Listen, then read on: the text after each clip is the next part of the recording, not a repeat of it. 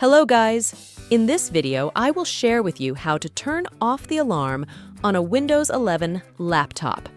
If you have previously activated the alarm on your laptop, the alarm will continue to come on at the time you have chosen, and if you feel disturbed, you can deactivate it.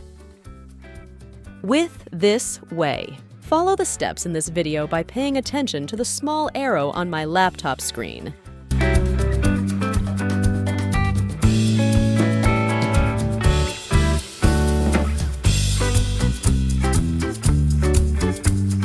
Now, you just have to deactivate the currently active alarm by clicking this section.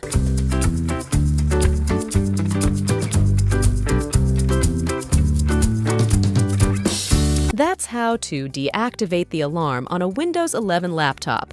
I hope you like this video. Don't forget to click subscribe and press the bell button so you get notifications of every new video uploaded on this channel.